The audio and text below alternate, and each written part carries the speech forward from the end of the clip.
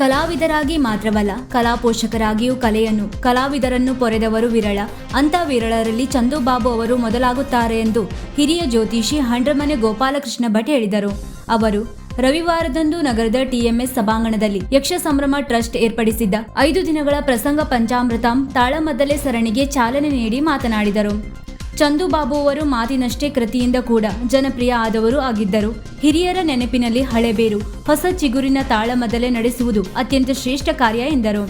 ಟ್ರಸ್ಟ್ನ ಮುಖ್ಯಸ್ಥ ಸೀತಾರಾಮ್ ಚಂದು ಮಾತನಾಡಿ, ಕಳೆದ 11 ವರ್ಷದಿಂದ ಸರಣಿ ತಾಳಮದ್ದಲೆ ಹಾಗೂ ಚಂದುಬಾಬು ಪ್ರಶಸ್ತಿ ಪ್ರದಾನ ಮಾಡಲಾಗುತ್ತಿದೆ. 5 ದಿನಗಳ ಪ್ರಸಂಗ ಪಂಚಾಮೃತಾಂ ತಾಳಮದ್ದಲೆಯಲ್ಲಿ 30ಕ್ಕೂ ಅಧಿಕ ಹಿರಿಯ ಹಾಗೂ ಕಿರಿಯ ಕಲಾವಿದರು ಭಾಗವಹಿಸಲಿದ್ದಾರೆ.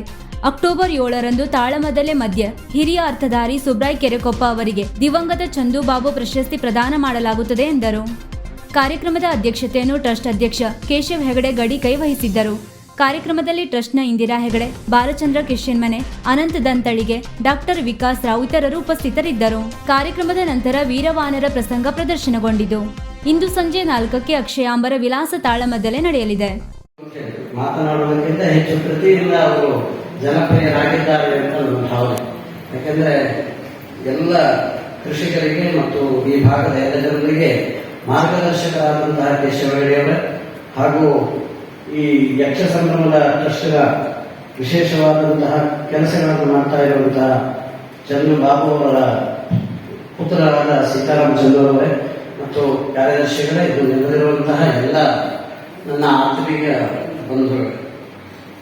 ಈ ಉದ್ಘಾಟನೆ ಅನ್ನುವಂಥದ್ದು ಸಾಮಾನ್ಯವಾಗಿ ಒಂದು ಸಾಂಕೇತಿಕ ಇದೆ. ಈ ಉದ್ಘಾಟನೆಗೆ 11 ವರ್ಷದ ಮೊದಲೇ ಆಗಿದೆ. ಅದು ಅತ್ಯಂತ ಸಂಭ್ರಮದಿಂದ ನಡೀತಾ ಇದೆ.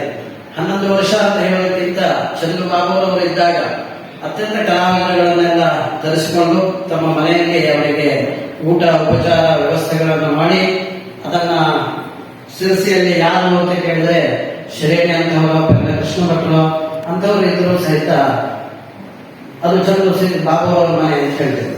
ಅದನ್ನೇ ಚಂದು ಸೀತಾರಾಮ್ ಅವರು ಸಹಿತ ಇವತ್ತಿನ ಎಲ್ಲ ಕಲಾವಿದರುಗಳ ಒಂದು ವಿಶೇಷವಾದ ಅವರಿಗೆ ಆದರಾತಿಥ್ಯವನ್ನ ಮತ್ತು ಅವರ ಈ ತರ ಸ್ವಲ್ಪ ಸಂಘಟನೆ, ಇದು ಅತ್ಯಂತ ಶ್ರೇಷ್ಠವಾದಂತಹ ಒಂದು ಸಂಘಟನೆ. ಇವತ್ತು ಮಾಡುತ್ತಾ ಇರುವಂತಹ ಈ ಸಂಘಟನೆ ಏನಿದೆ, ಇದು ಯುವ ಕಲಾವಿದರು, ಯುವ ವಿದ್ವಾಂಸರು ಹಾಗೂ ಹಿರಿಯ ವಿದ್ವಾಂಸರ ಎಲ್ಲರ ಸಮ್ಮಿಶ್ರಣ ಇಲ್ಲಿ ಕೂಡಿದೆ. ಅದರಿಂದ ಹಳೆಬೇರು ಹೊಸ ಚಿಗರು ಕೂಡಿರಲು ಮನಸ್ಸು ಹೋಗು ಎನ್ನುವಂತೆ ಈ ಹಳೆಯ ಒಂದು ವಿದ್ವಾಂಸರು, ಅದಕ್ಕಿಂತ ಯುವ ವಿದ್ವಾಂಸರು, ಯಕ್ಷಗಾನದಲ್ಲಿ ನೆರೆದಿರುವಂತವರು, ಅವರೆಲ್ಲರನ್ನು ಸೇರಿಸಿ ಈ ಕೂಟವನ್ನು 11 ವರ್ಷದಿಂದ ಮಾಡ್ತಾ ಇರುವಂತಹದ್ದು ಒಂದು ವಿಶಿಷ್ಟವಾದದ್ದು ಅಂತ ನನ್ನ ಭಾವನೆ. ಹಾಗೆ ಈ ಪ್ರಸಂಗ ವೀಕ್ಷಕ ಮಹಾಪ್ರಭುಗಳೇ, ನಮ್ಮ ಚಾನಲ್ ಅನ್ನು ಸಬ್ಸ್ಕ್ರೈಬ್ ಮಾಡಿ, ಶೇರ್ ಮಾಡಿ, ಪ್ರೋತ್ಸಾಹಿಸಿ.